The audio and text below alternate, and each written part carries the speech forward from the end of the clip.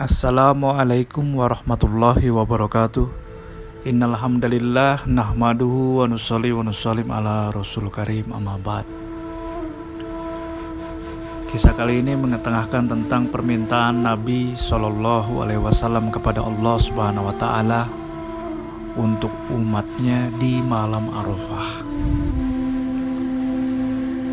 Dari Ikrimah meriwayatkan bahwa Ibnu Abbas radhiyallahu anhu melihat Rasulullah SAW berdoa di Arafah sambil meletakkan tangannya di atas dadanya seperti orang miskin yang sedang meminta makanan. Ibnu Kinanah bin Mirdas As-Sulami meriwayatkan dari bapaknya, dari kakeknya Abbas bin Mirdas, bahwasannya Rasulullah SAW pada malam hari Arafah memohonkan ampunan dan rahmat untuk umatnya. Beliau SAW tiada henti berdoa, maka Allah mewahyukan kepadanya, "Sesungguhnya aku telah mengampuni umatmu kecuali kezaliman sebagian mereka kepada sebagian yang lain. Adapun dosa mereka terhadapku maka telah aku ampuni." Nabi SAW berkata, "Wahai Allah, sesungguhnya Engkau maha berkuasa untuk memberi ganjaran kebaikan kepada orang yang dizolimi atas kezoliman yang mereka alami. Dan Engkau juga mampu untuk memberi ampunan kepada mereka yang berbuat zolim." Demikianlah malam itu Allah tidak mengabulkan doa beliau. Namun pada pagi hari di Musdalifah, Nabi SAW mengulangi doanya yang kemarin malam. Dan Allah Subhanahu wa Ta'ala menjawab, "Aku telah mengampuni mereka yang berbuat zolim." Ibnu Abbas radhiyallahu anhu berkata, maka Rasulullah SAW pun tersenyum.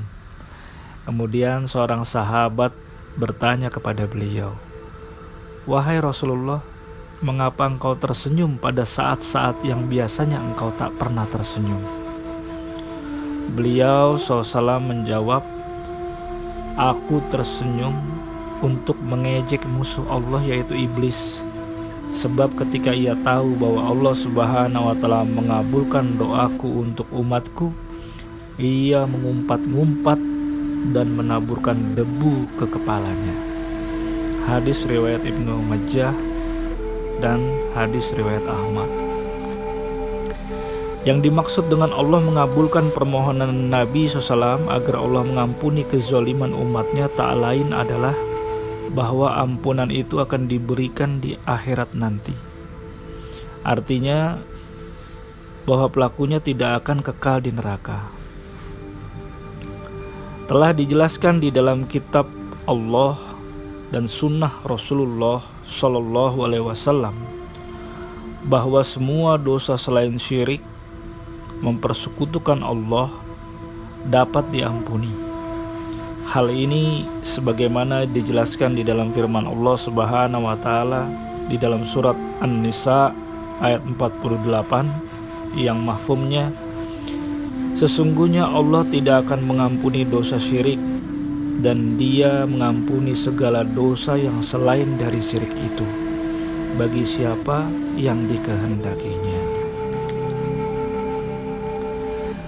Abu Hurairah meriwayatkan berkata kepada Ka'ab al-Akhbar, "Sesungguhnya Nabi SAW telah bersabda, semua nabi memiliki doa yang mustajab. Lalu setiap nabi menyegerakan doanya masing-masing.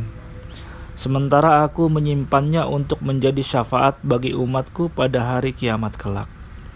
Dan itu akan menjadi anugerah bagi yang mati dalam keadaan tidak mempersekutukan Allah Subhanahu wa Ta'ala dengan sesuatu apapun." Ka'ab radhiyallahu anhu pun berkata kepada Abu Hurairah radhiyallahu anhu, "Engkau mendengar ini langsung dari Nabi SAW?" Abu Hurairah pun menjawab, "Iya." Hadis riwayat Muslim. Alhamdulillah, hadirin yang dimuliakan oleh Allah Subhanahu wa Ta'ala, telah kita dengar satu kisah di malam Arafah menuju Musdalifah bahwasannya Rasulullah SAW telah mendoakan umatnya untuk ampunan kepada Allah Subhanahu wa Ta'ala, sehingga menyebabkan iblis pun mengumpat-ngumpat dan melemparkan debu ke kepala mereka.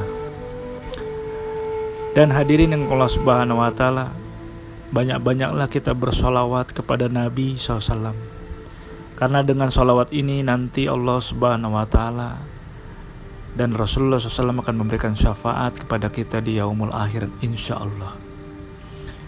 Semoga hadis ini dapat membuat kita menjadi lebih baik daripada hari ini. Wabillahi taufiq wal hidayah. Assalamualaikum warahmatullahi wabarakatuh.